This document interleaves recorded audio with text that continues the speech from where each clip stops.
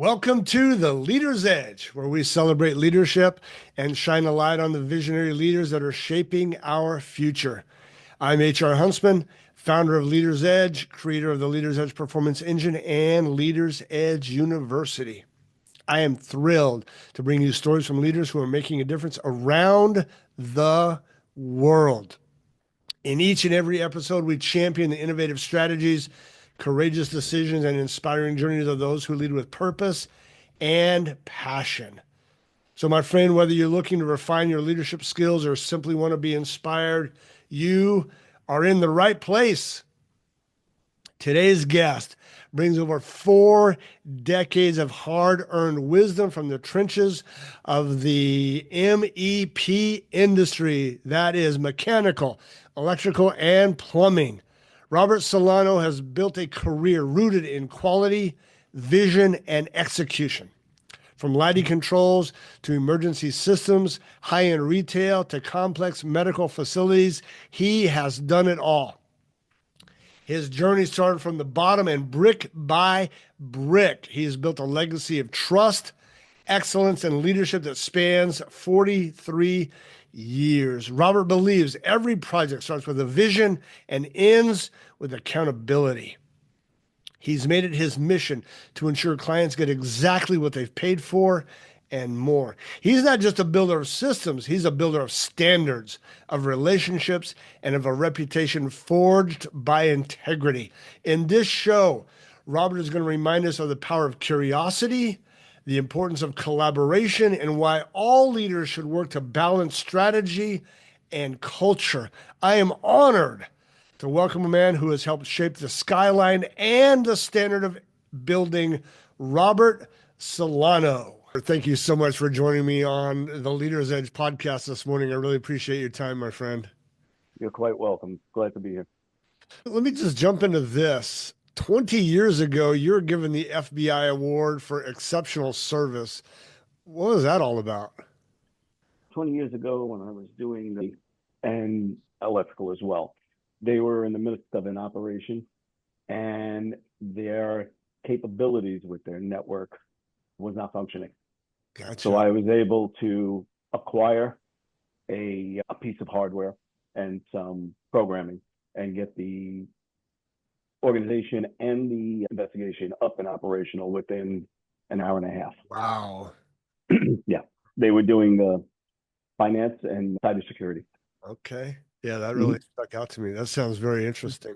So I Yep. came across a quote of yours that says this: speed and cost are never synonymous. Everything comes at a cost, but intelligence can blend the two. Now, you've been doing this a long time, 40 plus years Yep. as a leader in the construction field.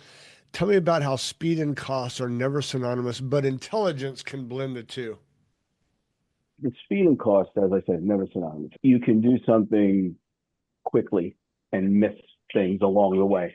What you want to be able to do is fully cover what the scope of work is, fully cover what the tasks are in front of you. But if you try to speed through it, something's going to fall through the cracks. So it has to have a methodology, and methodologies and that kind of management comes at a cost. It does take time. There are man hours involved. It's like the mythical man once. It's a 1,000,000-hour job. You can't throw 1,000,000 men at it and get it done in 1 hour. Right. So there's a point of saturation. So where I say intelligence comes in to blend it is all about the management of the project, the expectations, and what's going to be accomplished and how. So you have to start with a formatted approach, but also be agile. You hear a lot about agile system, but you need to move with the project as it progresses and make the necessary changes, whether it be the process or the people. Now, you've been doing this a long time, 42 plus 43 years. 43 years now. That's amazing. Very curious. Whenever I talk to people who have been in one industry for so long, and now you're the COO of Pinnacle, you've reached the top tier of executive leadership. What is, if you could say, this is the one thing that has helped me along my career from when I first started in the trades and have worked my way up to the top offices, what would you say this is the thing that has helped me succeed? Okay, there's a couple, but the top one is your work ethic. Yeah. So I learned that a long time ago. On the when I was doing things with my hands or the physical labor of it, get in before your time starts, Yeah. get yourself set up so you have an effective, productive day.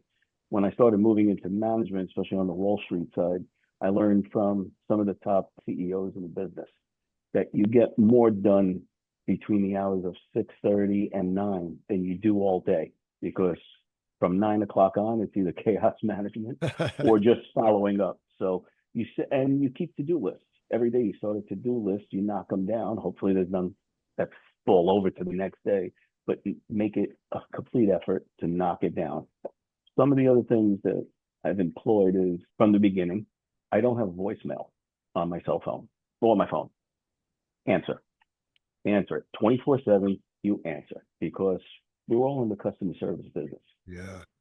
And there is nothing, and we know it from being consumers, there's nothing more frustrating than not being able to get a live person on the phone and being in one of those ever-ending loops of press one, press two, give me account information, and you almost never get out of it. Right. So I believe deeply in you do not have, you answer your phone at all times. It's a small price to pay. I equate it to, it costs you $1 to get a customer, but 5 to get them back. And customers will pay more for accessibility. Yeah. An old term that's pretty funny is when back in the day, we used this term that a company said, "Why should we do business with you?" And and my answer was, because we suck less than the next guy. but, but you can reach me on the phone 24/7. I'll give you an answer. It may not be the one you want to hear, but it's going to be an honest answer. And if I don't know it, I'll find that answer for you in a short period of time. But you know that I'm here and available. So throughout my whole career, there were times when I was traveling with family on the few and far between vacations. I was in Italy and having a 4-hour conference call to the dismay of the rest of my family. But guess what? That's what afforded me that trip, was my work ethic and availability to these top tier customers, the top Fortune 20. Wow. Is your work ethic 43 years later what it was when you were 18? Yeah, Yeah. that's what's funny. My wife tells me, "When are you going to retire?"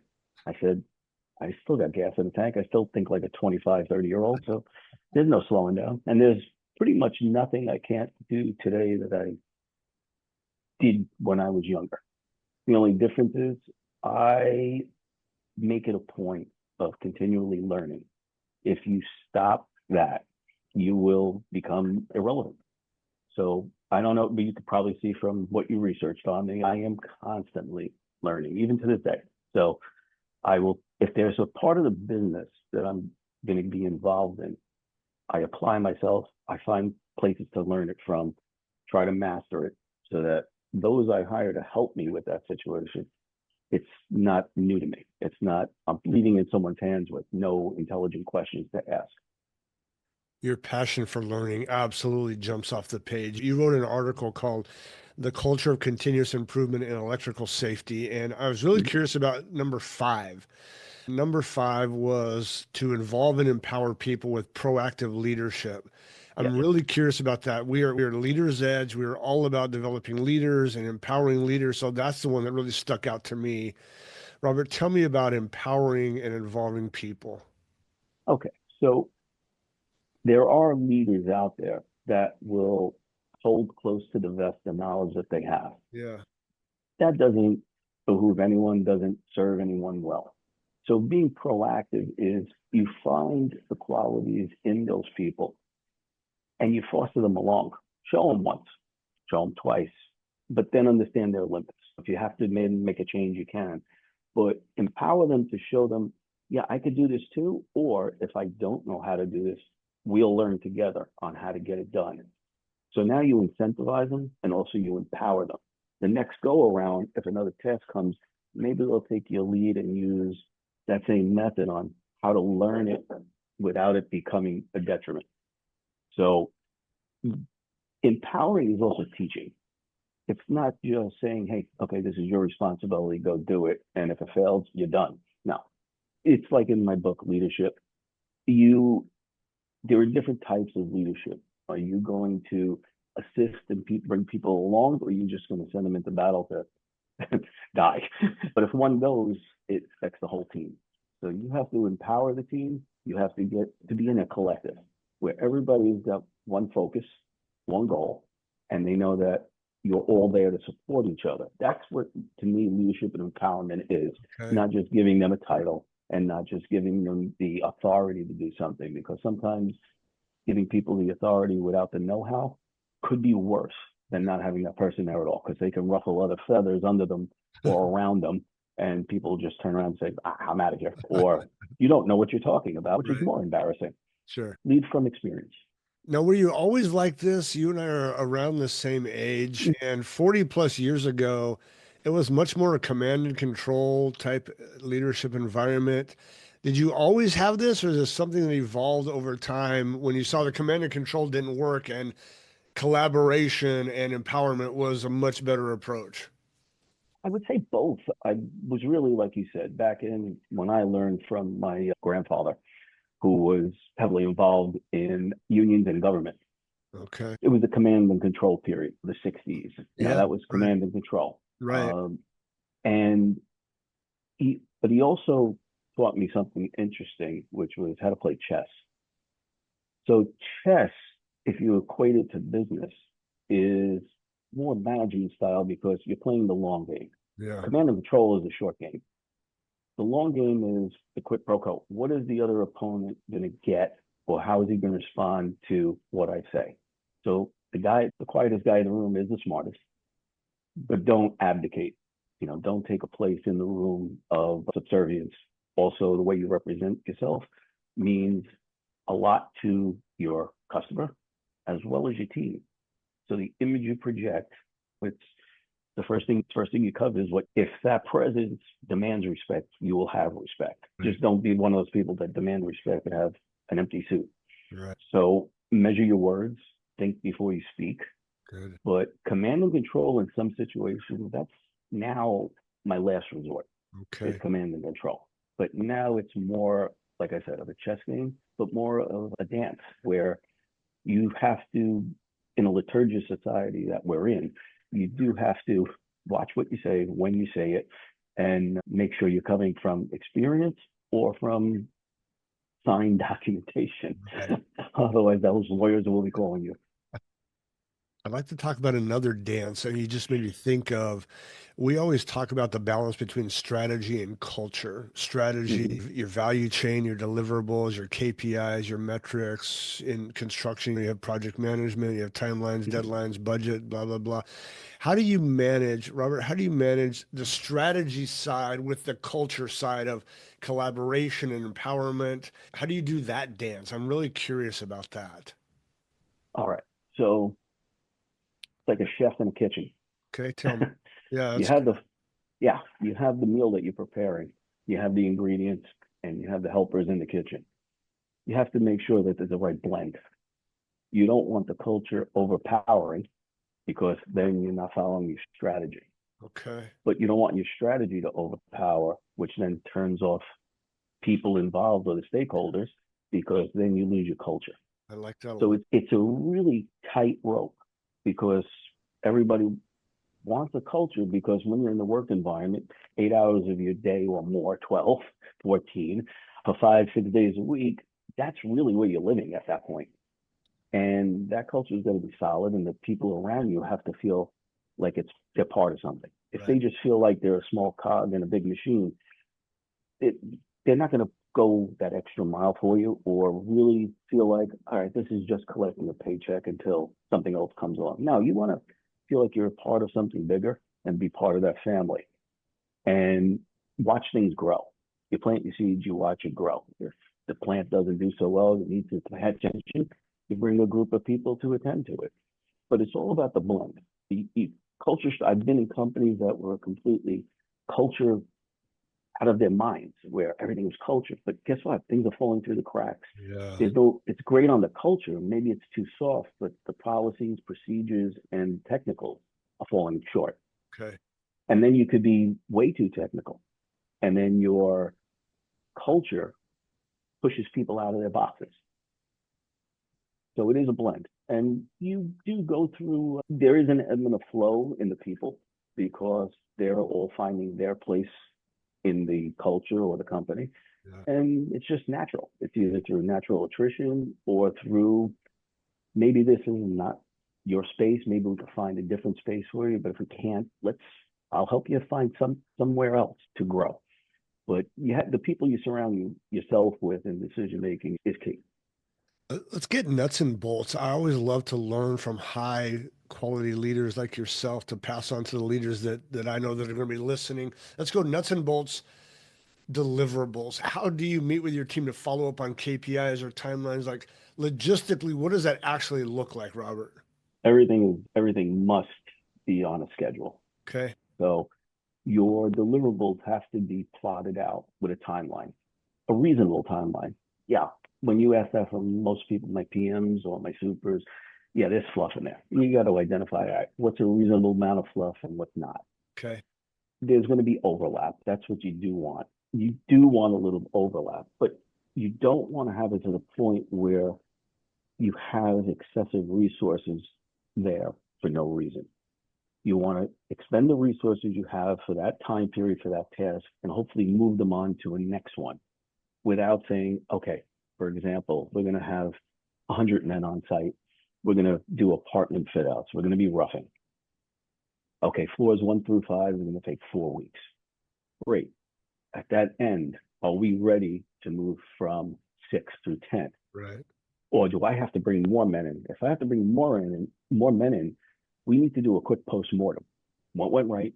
What went wrong? Capitalize on what went right. Yeah. And stop doing the same thing twice because that's just a definition of insanity. So maybe we have the wrong team. Let's mix it up and see if we can consistently use these men as an even flow from one task in one area to another area. But then you also have different other areas of expertise, whether it be the building's riser or the switchgear. Those are separate teams that are doing their thing, but eventually they all interconnect. So you have to make sure that schedule meets it. And then you have to sell that to the customer. And hopefully it meets their timeline because they're under a big amount of stress, especially Sure. with bank loans and building the building and getting it occupied. You then have to have a meeting of the minds, in essence, and saying, this is what we can do in this period. What do you need us to do? And if you need us to do more, there's going to be a cost to it. Or maybe we could change this around a little bit and prioritize. So you constantly, especially in construction, you're constantly reprioritizing your goals. Whether it could be a fire alarm inspection one day, a TCO inspection another day, or there could be damage on something and everybody has to run to that area to fix that, but you still can't lose ground on the task that you had in front of you.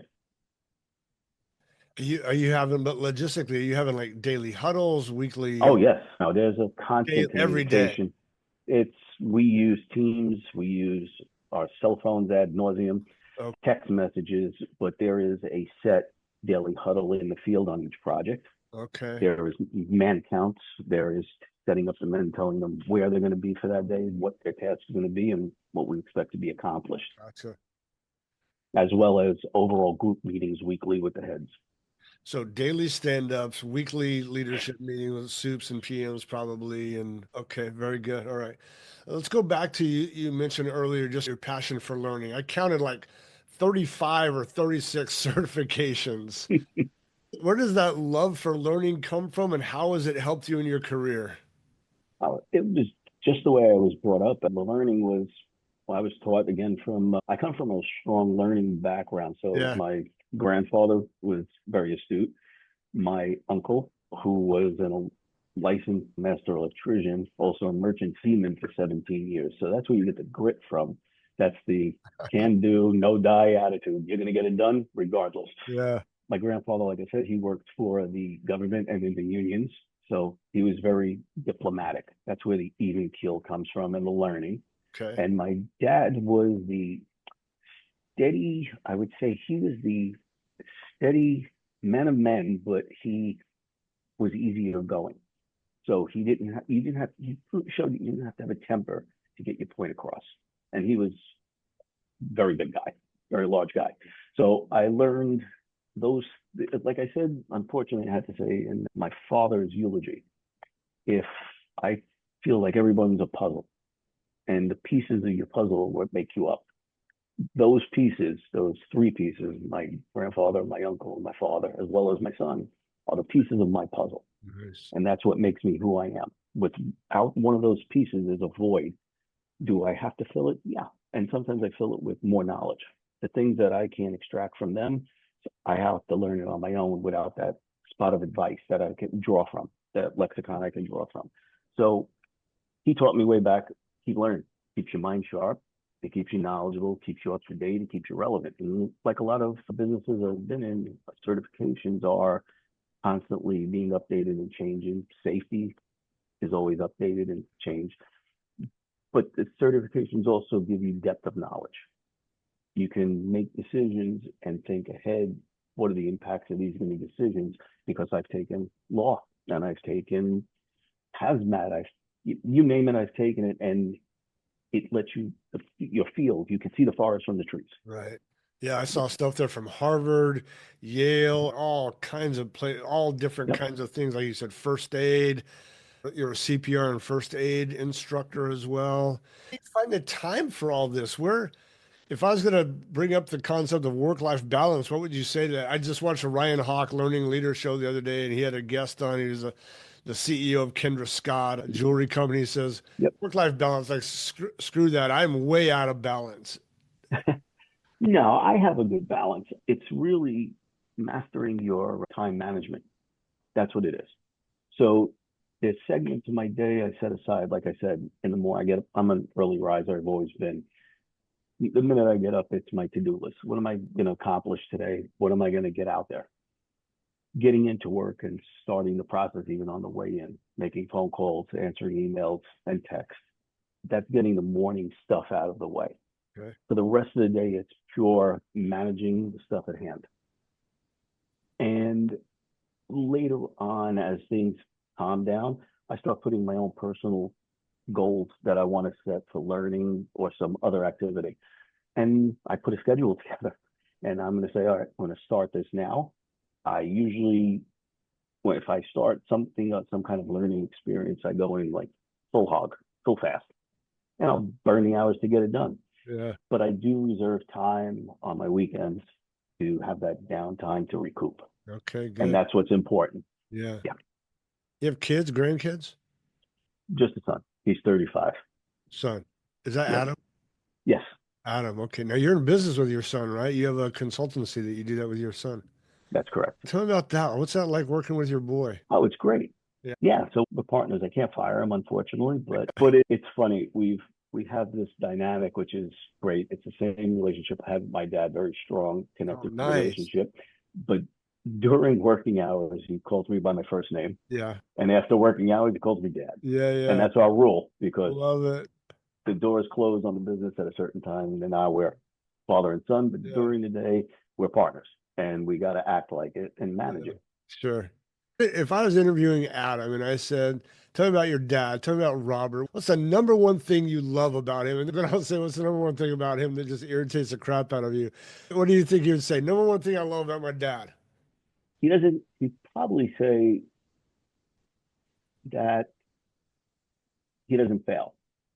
He'll give it everything he's got. And the one thing that aggravates him the most, I'm usually right. Would he say that or you just say that? No, he would. He He would would. say He goes, that. yeah, I get it all the time. From him. All He goes, how'd right. you know that was going to happen? I said, after 43 years, I know when to duck. Yeah, right. So 43 years, you and I know leadership can really be tough at times. Oh, yeah. What's the most difficult leadership decision you've ever had to make, and what did it teach you? It still is to this day and always has been, is downsizing. Yeah. That's the hardest part of the job because difficulties on a job or something not going well, I don't mind owning it and trying to solve the problem. But when it comes to the people, I try to keep it professional, but person in you still, it's a hard thing to do. It is. So I've developed a way of doing it that I hope is appreciated is that when I know these things are coming about and I reach out to my network and say, hey, this may be coming around and I may have someone that's are you interested? And they would say yes. So I have a lot of connections that do the same thing I do or in the realm, and they may have openings. So when that thing happens, basically I can pull the person in and say, hey, we're downsizing and this is how it's going to be. But if you wish, I can open this opportunities for you if it's something you're interested in. And 8 out of 10 times, it's, yeah, that would be great. They get another position. I'll give them a recommendation letter if everything was good about it, and they move on. And that actually strengthens and builds my network and reputation even further. Okay. Now, take it from that example. That's downsizing, like due to economy or maybe the jobs Oh, ending. yeah. How about when it's a termination? They're not fitting culture, they're just not performing. How do you handle that since you brought it up? That's, I don't want to say tougher. Tougher is It's different. letting someone who is really good, has a family and responsibilities to let go. That's a tough thing to do. Yeah. But when it's someone that's not performing to their peak, there's different sides of that. It's if they're not performing to their peak, you give them the opportunity to do better. And if it doesn't work out, sit them down and kind of counsel them and say, maybe here are some things that I see that maybe you want to work on, but it's just not working here. If it's something that's a little more serious, like breaking a policy, rules, or safety, there's not much discussion Okay. because I can't. When you have, at one point, we had about 1,000 men in the field. Wow. At that point, I can't risk safety for anyone, Yeah. anyone. So it's a balancing act. You have to, everyone has to earn the way they leave on their merits. Yeah. And if they, the same way they earn the job on their merits. What kind of, you said you still have gas in the tank. What's next for you? What certifications, what goals, what's big, what's on your horizon? Actually looking into on learning goals, I want to get deeper into AI and finance. Yeah. So that's as much as my career has brought me from the earliest parts of technology before computers, honestly. Right. No, yeah. And I yeah, was there. yeah, my first computer I looked at sideways. It had a green screen, no mouse, and had a Yeah. big 8-inch floppy disk. And I was like, Uh, what is this thing? I was there. So, I remember yep, it well. my first, actually, my first summer job was with my first summer job was with Citibank before it was Citi, and I was IPLing tapes on the drives and loading punch cards in. Isn't And I isn't that remember crazy when, how far yeah, we've come? Yeah, isn't that yeah, insane? the old HAL days when I learned 182 key equipment, relay racks back then actually held relays. They didn't hold switch gear No or music transistors, yeah. equipment. That's right. Yeah, it was on one wheel, and we used to go in there and probe it and hear the clicking of the phone. As many Same. times as you turn that knob, it would Yeah. 9 clicks was number 9. So I want to learn the AI for me, since I saw it from its inception. To me, it'll always be the GIGO design, garbage in, garbage out. Right. So it learns from something, and it's only as good as what it's learned from. And everything has an angle to it. So we got to remove that angle Okay. and make sure what we're putting in is going to produce what we expect, but not in a nefarious way. It should be a tool in your belt, not something that controls and encompasses. Yeah. That's my spin on the AI. I think, yeah, create it, make it more of a tool and not something to replace or make decisions for you. Use Love it it. to make correct decisions, but don't let it make the decisions, Yeah. because then you're not a manager or you're not an owner. Then you're just putting in information and taking orders. We're not deli counter clerks. But yeah, finance for me is the next thing I want to learn. I don't see myself retiring for some time. If I do decide to not retire, but relocate to a warmer place surrounded by water in the south of the United States on the panhandle, Florida, I most of the companies I do business with here have positions down there and places down there Okay. where I can continue my business down there as Okay. well successfully, whether it be full time or 3 days a week. But Yeah. I'm a hands-on person. I I can have tell. hobbies of in the mechanical hobbies like building cars, building motorcycles. I love machining. I learned that from a young age. So I have plenty of things to keep me busy. What what separates, as I listen to you, I think this guy is just an exceptional leader. He is hands-on, he cares about people, always learning. models this high work ethic, he's got high motor. What in your mind, as you look at your soups and PMs and maybe future soups and PMs, what separates a great leader from a good leader? A great leader will stand the test of time and will also be able to Adaptable. adapt himself and adapt his team. A good leader will get the job done. That's one thing. Good leaders get the job done and they Okay. have a following. A Yeah. great leader can replicate that over and over, year after year, and get Gotcha. better at it. So it's not just being a one trick pony or doing it the first time. I always say to myself, okay, I always do post-mortem on everything I do. Okay. It's That's a okay, I good did tip this. right It's there. just, yeah, I did this. Everything worked out well. Write it down. What did you do well? And like I said, what did you do that wasn't so well? So let's capitalize on the do wells Very good. and try to enhance them. And on the other ones, let's turn them over and try to fix those things and make sure it doesn't happen again. Because a new set of don't do's are going to come up depending on the environment. So you don't want that list to get heavier than Yeah. the good stuff. I love that. We call them AARs, after action reviews. Yep. Absolutely priceless to do a post-mortem on every project, Yep. every deal. Yeah, I love that idea. When you do finally hang up the cleats one day down the road in Florida, how do you want to be remembered? What do you want people to say? This was Robert's legacy that he left behind. What do you want them to say about you? Newest stuff, did it with integrity Okay. and caring. Yeah. Caring, integrity, knowledgeable. Yes. That's really what I think the three things that are most important to leave behind. Not, you don't want to leave any blemish behind saying, oh, he was a hard ass or he was that. Hey, he was human, just like we are, just that he had a set of skills that helped us all get along. Good. I love it. Let's close with this. Every one of my guests, I love the idea of sustained excellence. It's a Mhm. legacy I want to leave behind. It's obviously a legacy you're leaving behind. This podcast in my life is dedicated to empowering the next generation, like your son, my Mhm. son.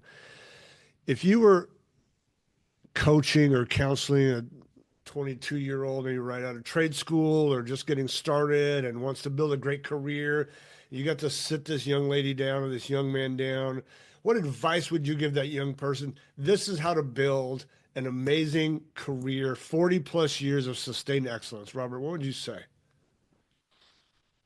Learn the history of the company. Learn the history of what you're doing from the people who did it before you, because you can't move forward without knowing where you've come from or where it's been.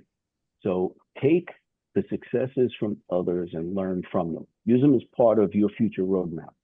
Help that guide you. You're going to build your own way, but use those tried and true experiences that others had not to fall into the same pitfalls, and learn your business, all aspects. I always said this, that there are great electricians and great businessmen. Great electricians can do anything, but they're horrible at being a businessman. There's businessmen that can sell widgets, but they know nothing about electrical. So finding someone that can do both, that's success, because they can run a business, they have the wherewithal mentally. And I also have told this to other people. When you surround yourself with people and a company grows, make sure the people around you are scalable in their mentality. Okay. It's a big difference from opening a business and having 20 people in it and having managers around you that could manage the hell out of those 20 people. But as you grow and you become 100, 200, 300, 400, are those same managers scalable in their mindset that they can manage that load? Very good. Because now you have the other side, your own side working against you. Very good. Yeah, Be teachable, be scalable in your mindset. that's it. Yes. Very And if good. you're not scalable in those areas, learn. Pick Learn. up a book, find a resource, and learn it. That's it. If you have no one else to rely on, learn it yourself, master it if you can, and ask professionals. Hey, does this sound right to you? There's nothing wrong. There's nothing ever wrong with asking the question. There's no stupid questions. There's just snarky answers. I try to just give straight out answers. I'm not going to benefit from holding anything back. It doesn't benefit anyone. So And the future is only going to be as good as what we leave behind. very good.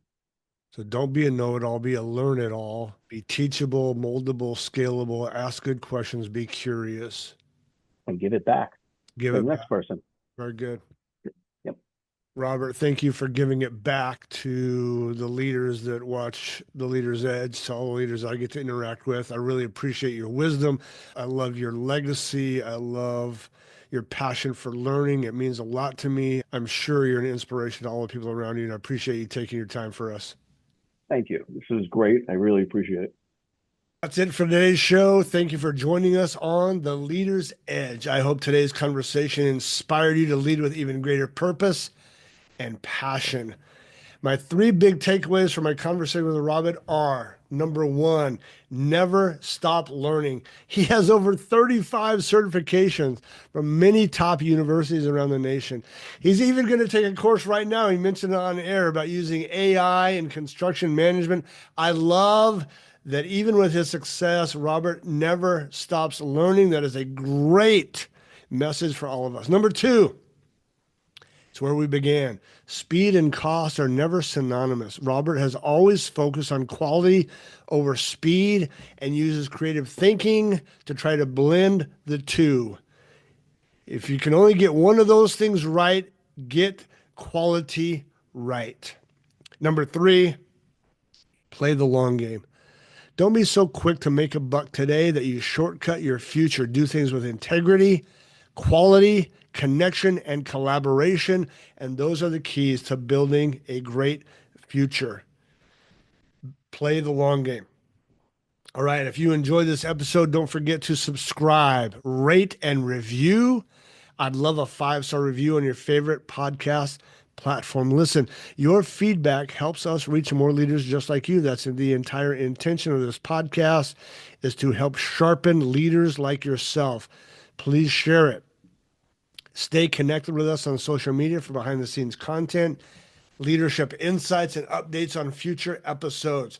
Don't forget to check us out at yourleadersedge.com and follow us at Leaders Edge Podcast on all major platforms. So until next time, keep pushing boundaries, keep leading at the edge. I'm HR Huntsman.